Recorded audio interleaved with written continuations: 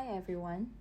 A little while ago, someone suggested to me that I should make a video to talk about how to get from amateur artist to professional artist.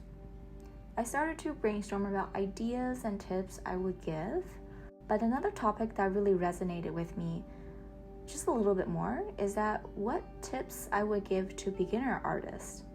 Or rather, the way I like to think about it is, if we rewind 20-30 years, what would I tell myself when I first started drawing? I would say the first thing I would tell myself is start with building up a support system that's going to not only help me get going, but continue this journey. It could be a mood board, it could be who inspires me, it could be a list of artists that I love at the moment, a art inspiration board on Pinterest. It could also be a routine that helps me continue. Yes, I think I mentioned this before, but I do see art as a journey, and it's not an item that you check off on your bucket list. You don't become an artist and stay an artist. You be an artist and you continue to improve your craft as an artist. So what that means is this support system, you have to continuously rotate on it, because you don't stay, the things that drive you, the things that you love, the things that inspire you don't stay the same as you age. Well, at least it didn't stay the same for me. I really loved to read manga when I was little. I would say when I was a little girl, that was all I did. I loved reading manga. I would go to the library or go to a book market and just try to get as many manga as I could. So some of the manga artists that used to inspire me to draw when I was little include, well, the first one that I can think about is Sailor Moon. I love her. So I know the artist as Wu Nei Zhizi, that's her Chinese name, but I read every single volume of Sailor Moon. And when I was little, as I was reading it, a volume would come up and I would go to the bookstore and just like snatch it right off the back. It's just like, that's something that I really loved as a kid. So some of the other manga artists I remember back in the day that inspired me to draw were everything from Clamp, essentially. So Clamp is a group of manga artists. They created a lot of the really iconic stories. So one of the ones that I still remember and adore is called XXX Holic. Another one that I remember is Ai Yazawa, I believe that's how you pronounce her name. So she wrote manga stories Paradise Kiss, and she was the author for Nana. Nana, I believe, was not completed. I think she created 20 volumes of it and didn't continue with it. So I mentioned before, you really have to go back to this list and revisit who and what inspires you, because it really evolves, right? So like I mentioned, Sailor Moon used to inspire me a lot when I was a kid. Do I still go back and look at Sailor Moon drawings? No. Would I watch Sailor Moon anime? I know there's a new one that came out pretty recently. Yeah, I probably would still do that. I still enjoy watching anime and reading manga, but it's not something that I prioritize. It's not something that, still inspire me the same way as when I was a kid. When I was a kid, it's just my whole life is that I would, just imitate and copy these manga artists' work. I would say probably around university days, I picked up painting, and I really loved French Impressionist paintings. So artists such as Monet, and I'm gonna butcher his name, Pierre-Auguste Renoir.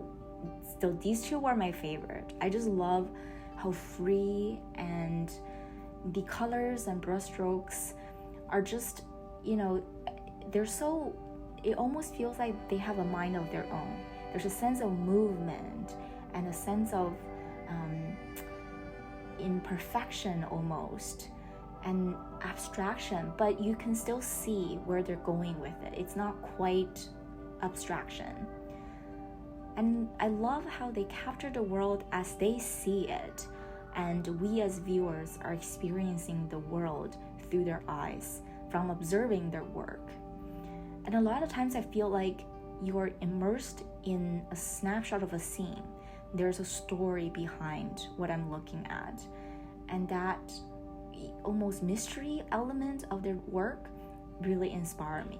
And I wanted to create scenes. I wanted to create a snapshot of a moment, and I really enjoyed that aspect of painting. I think even now, I would say when I go to a museum, those are often the painting and artworks that I gravitate towards that really resonate with me. The second tip I have for beginners is to be more brave. Be braver when you draw. One observation I've made about beginners is that when they draw, there's a lack of confidence in their lines. Whether it's drawing with multiple strokes or draw and erase and then draw and erase again, they don't really believe in what they have put down onto a piece of paper. They doubt their ability to draw constantly. And I was very much like that. I always drew with pencil, never with pen, and I often abandoned drawings because I no longer believe in my ability to even complete them. Not to mention, I no longer like them, so I don't want to continue drawing and finishing them. Another observation I've made is how my kids draw. When I look at them drawing, I feel like they have no fear of being wrong, no fear about imperfection. They naturally know how to reduce complexity into simple terms because they aren't afraid to experiment and put things down onto a piece of paper. They can be totally wrong, and complex structures turn into blobs and just don't make much sense. They disregard composition altogether. There's no values, there's no light versus dark, there's no contrast. They don't care about golden ratios or making harmony. The color choices that I have could be crap, but there is bravery. They're so confident in putting things down onto a piece of paper. They feel they're right. It's that innate confidence that I think we as adults slowly lose as we age. I don't know why. I mean, I could speculate. I feel like it's because we got to see and experience the world. We have met people who are just much more skilled. We saw things that we don't believe we can ever achieve in our own lifetime. And the thing is, I think a much more scary part of this is how unforgiving the world seems to be around us. I see many people, talented people, absolutely get destroyed by comments online or by critics on public forums. And when we see things like that, I think we became so afraid to even try. For years, I was so afraid to even call myself an artist. I feel like if I say art is my hobby, then it doesn't really count. If I don't tell people I draw, then they won't ask me to show them anything. It's my way of protecting myself. I also didn't want to put myself out there at all. I don't want people to comment on my paintings. I feel like no one will understand what I have created, and even the people who say that they like them, I feel like they like it for the wrong reasons. And I think I think way too hard and way too much. There's nothing wrong with having opinions and nothing wrong with people judging your art. Let them like or dislike, comment, or ignore your art. Who cares? What's the big deal? there are bound to be people who couldn't care less about you, and bound to be people who do not appreciate your artwork. I think that is okay. I think I would embrace and accept that not everyone likes me, and not everyone likes my art. It is really difficult though. But I do think that with practice, you will be able to be braver, and you should, especially when you're a beginner. There is really nothing to lose. So I think a nice segue from this tip to the next one, which is you really have to lower your own expectation. Okay, so for a beginner artist, you have to know that your drawings won't be perfect. Know that you are not perfect. I know it's hard enough to accept that others won't like your art. It's actually harder to accept that you yourself won't like your art. For me, art really requires iteration, and it almost kind of feels like software engineering. For those of you who don't know, I actually have a background in software engineering. And we iterate and improve when building software. Why? Because requirements are subject to change. You need to validate a whole bunch of things when building software. You need to validate your technical solution. You need to validate your product market fit. You need to validate user testing, via user testing, to ensure that your feature set and user flows make sense. You validate these things through iterations. Making art also requires iteration. I don't believe in being talented at birth. Everyone needs practice to become better. It is so incredibly normal to experience art block.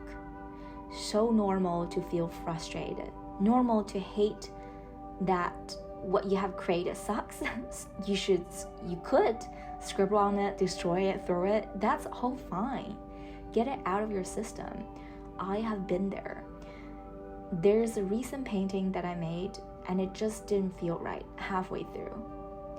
I literally sat in front of my desk, I yelled at it, and I tossed it into the garbage can. A few moments later, I did calm myself down. I picked it up later and I shelved it so that I don't have to look at it anymore. But I know it's there. I know where it is, and it irritates me when I think about it to this day. I think it's human nature to feel these things, to be emotional. I think as long as we're not hurting people around us or hurting ourselves, it is very, very okay to embrace the feelings we have. A lot of the times, it's those feelings that really help us create things beautiful. And it's really important to lower expectations when you are a beginner. Because as beginner artists, we should accept that the work won't be perfect. We should accept that not every drawing is going to make it. Not every drawing is going to be framed on the wall. It's okay. It's okay that you don't like it. It's okay that other people don't like it. You just have to keep going. So lastly, the tip I have is that you don't need the stars to align to start. The entryway for being an artist is extremely low. You can use anything. I remember I watched this YouTube video about an artist in Tibet, and they draw these beautiful murals. And this person did not have money to buy any of the paint, but this person loved to draw, and they would practice by thinking about it during school. They would think about it when they sleep, and they would use twigs on sand to draw all the things that they imagine and the things that they think about. And this person eventually got the courage to continue art because they would just continuously practice through whatever means necessary, whatever tools and materials they can get their hands on. It's utter BS if you ask me what kind of material or starter kit you need. You don't need to build up a starter kit. You can use anything.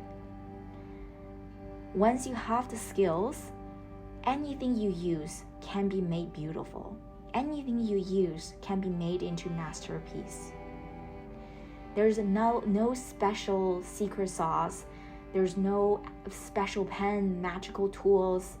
There's no professional paint versus amateur paint. You can create beautiful art with any student grade paint is all you need. You can buy dollar store paint for all I care. Anything goes.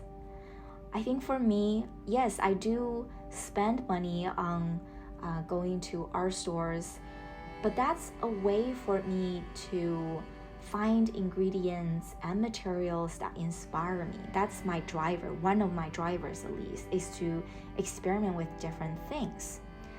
But is it mandatory for everyone? Is it necessary? Is it an absolute must to continue drawing? No, absolutely not. You can use anything you want. It doesn't have to be a $300 set of 200 different colored pencil crayons that you must get. No. I see so many videos on YouTube where they talk about comparisons between this versus that. And I admit I do enjoy watching those. But they are not mandatory for you to be an artist. They're not mandatory starter kits. There's a very limited set of things, and you don't need a high budget.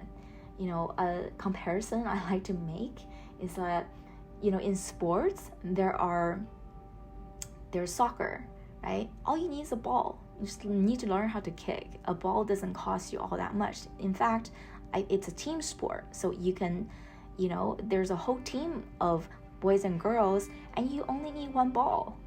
The entryway is extremely low. But as another sport, golfing, to golf, I think the entryway is extremely high. You need to buy a set of golf clubs. You need to go to a specific place to practice golfing. The entryway is really high. No matter how you put it, to compare playing soccer to playing golf, one is bound to be more expensive and more difficult because the entryway is so high. I think the other thing is you can feel satisfaction and enjoyment playing soccer by just kicking it, passing it, and whatnot with friends. But with golf, its entryway is really high because you continuously practice a single movement, and you could suck at it. You could not hit the ball after hundreds of times of swinging. So yeah, to me, art is very much like kicking that soccer ball. You just kick it, and you just play. You experiment. You draw. You use whatever tools that's available at your disposal, and you iterate. I hope that as a young artist who's just getting started, you feel that this is something that you want to try, that this is something that you continuously want to try, and it's something that you want to improve. I hope that this has been helpful, and you found some inspiration, some courage, some reason, some motivation to continue and draw with me. Thank you for watching, and hopefully you'll have a great time making some art.